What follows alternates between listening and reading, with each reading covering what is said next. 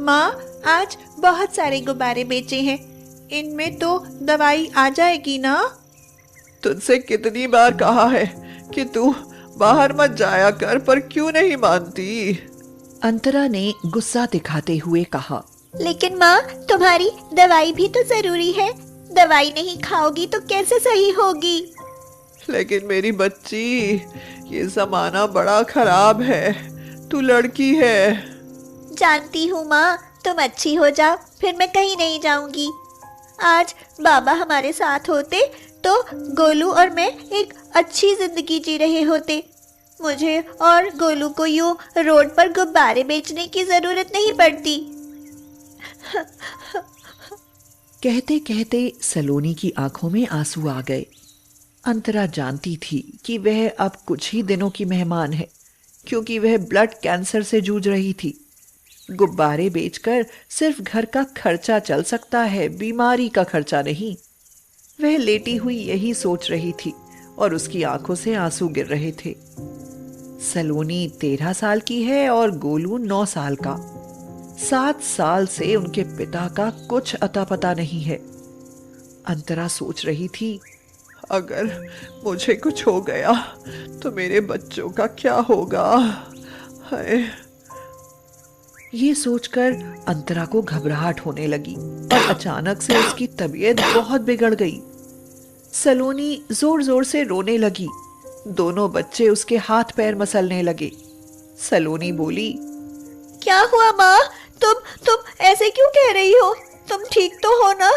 गोलू, तू माँ को देख, मैं जरा निहाल चाचा को बुलाती हूँ। अंतरा ने कहा। नहीं सलोनी, तू कहीं मत जा। दोनों बच्चे मेरे पास बैठो। ये कहते हुए अंतरा को तेज खांसी उठी और मुंह से खून आने लगा।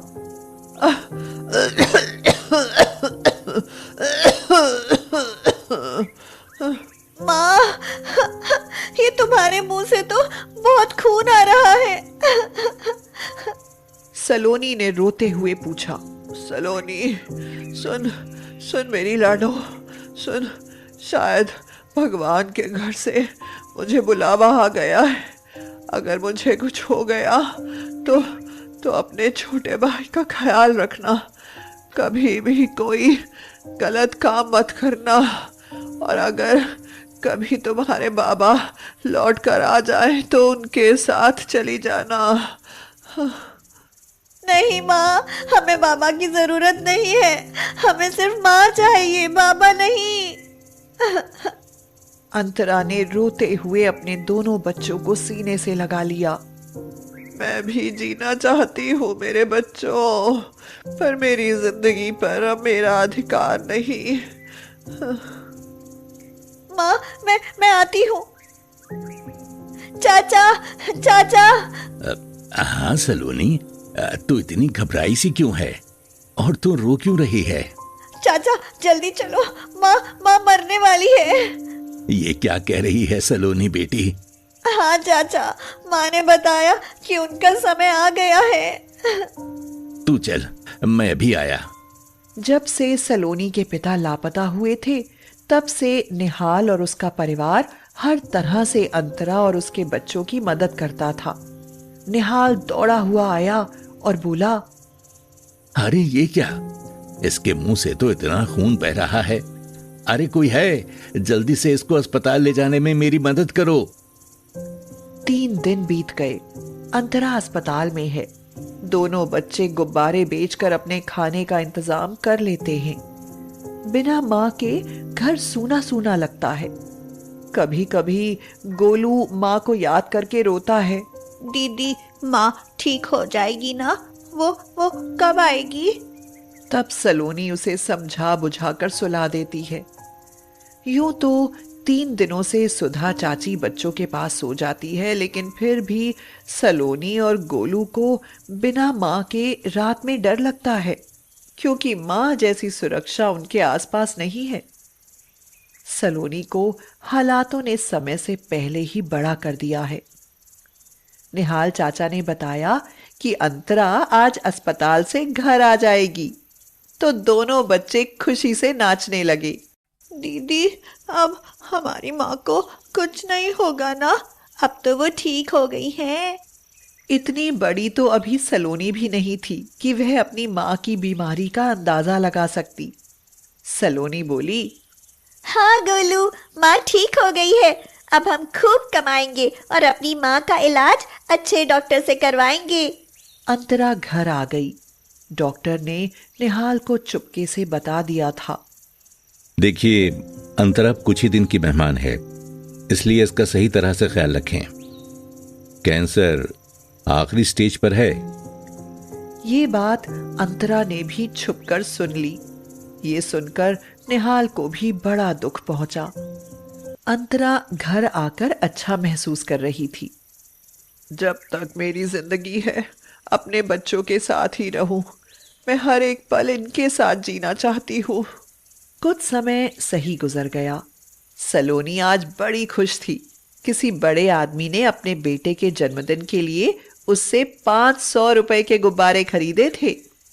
500 रुपए उनके लिए बहुत बड़ी रकम थी। अंतरा भी खुश थी। आज पता नहीं उसका मन कैसा हो रहा था। वह बहुत बेचैनी सी महसूस कर रही थी। उसका कमजोर शरीर, पीला पड़ा हुआ रंग अपने बच्चों की तरफ देखकर उसे एक दर्द सा उभरने लगता है। अंतरा कहती है, सलोनी, गोलू, सुनो। हाँ माँ।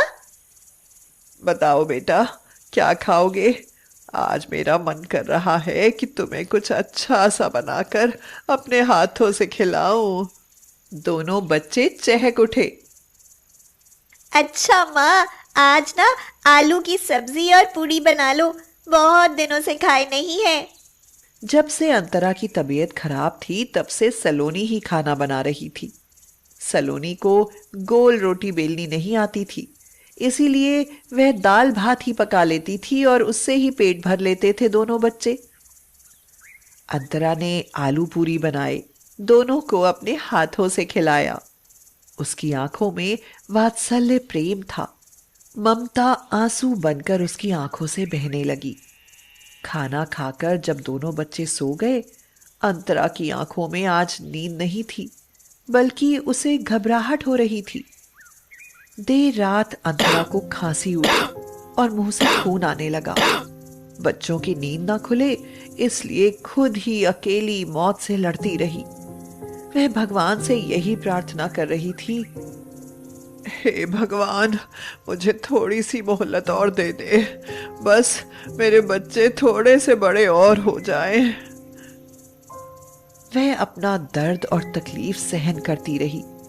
कुछ गहने जो उसकी माँ ने उसकी शादी में उसे दिए थे और कुछ रुपए जो उसने पाई पाई करके जोड़े थे, सलोनी के कपड़ों में उसने छुपा कर रख दिए, क्योंकि उसे लग रहा था कि शायद आज उसकी जिंदगी की आखिरी रात है। कांपते हुए हाथों से उसने एक चिट्ठी भी लिख कर रखी। सुबह हो चुकी थी। गोलू ने मां को देखा। उसकी आंखें फटी हुई थी, मुंह और बिस्तर खून से लथपथ थे। मां को देखकर वह जोर से चिल्लाया, दीदी। सलोनी दौड़ कर आई और जोर जोर से रोने लगी। क्या हो गया है मेरी माँ को? माँ बोलो, बोलती क्यों नहीं? उठो माँ, उठती क्यों नहीं? माँ, माँ। दोनों बच्चे मां को जगाने की कोशिश करते रहे, लेकिन मां कहाँ थी? मां तो जा चुकी थी। दोनों बच्चे फूट फूट कर रो रहे थे। सलोनी ने अपने भाई को गले लगाया।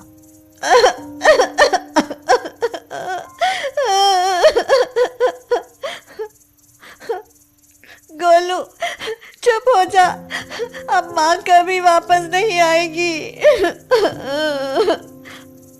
कुछ दिन बीत गए। बच्चे अब संभल चुके थे और फिर वही दिनचर्या। इसी तरह एक महीना गुजर गया। माँ की याद आई तो सलोनी ने अपनी माँ के कपड़ों को देखा। वह माँ की साड़ी को देखकर रोने लगी। फिर उसकी नजर वहां रखी एक पोटली पर गई। उसने उसे खोला तो उसमें कुछ गहने और एक चिट्ठी मिली। यह वही चिट्ठी थी जो उसकी माँ ने उस रात तड़पते हुए लिखी थी। उसमें लिखा था, सलोनी, तू बड़ी है, गोलू अभी छोटा है। शायद तू मेरी बात को अच्छे से समझ लेगी। शायद अब मैं ना बचूं, पर मेरी आत्मा हमेशा तुम्हारे लिए तड़पती रहेगी। मैंने कुछ गहने और पैसे रखे हैं, तुम दोनों के काम आएंगे। जब तक मैं जिंदा हूं तुम्हें कोई तकलीफ नहीं होने दूंगी, लेकिन मेरे बाद तुम दोनों अनाथ हो जाओगे। दुनिया तुम्हें न जाने किस किस नज़र से देखेगी बेटा। अपना ख्याल रखना। इस चिट्ठी के पीछे तुम्हारे बाबा के घर का पता लिखा है। मैंने तुम्हें कहा कि तुम्हारे बाबा कहीं लापता हो गए थे, लेकिन सच तो ये है कि वो मुझसे बहुत साल पहले नाराज होकर चले गए थे और वहीं उन्होंने किसी और से शादी कर ली। पर क्या पता तुम दोनों को देखकर उनकी नाराजगी खत्म हो जाए। मेरे बाद इस चिट्ठी के पीछे लिखे पते पर चले जाना। वहां तुम्हारी दूसरी माँ भी होगी। उसे कभी सौतेली माँ मत समझना। मुझे माफ कर देना, ये बात मैंने तुमसे छुपा कर रखी।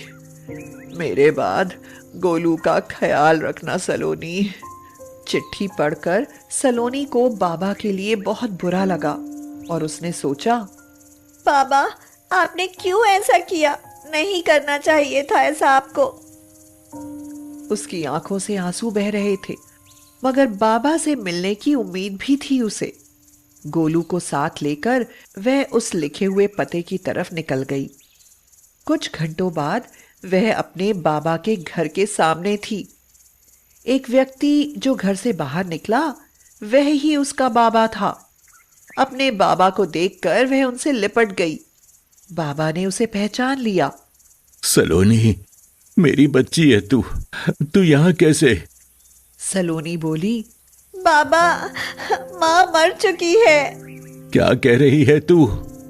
हाँ बाबा, मरने से पहले माँ ने ये चिट्ठी लिखी थी जो मुझे अब मिली है। उसके बाबा ने चिट्ठी पढ़ी और दोनों बच्चों को गले से लगा लिया।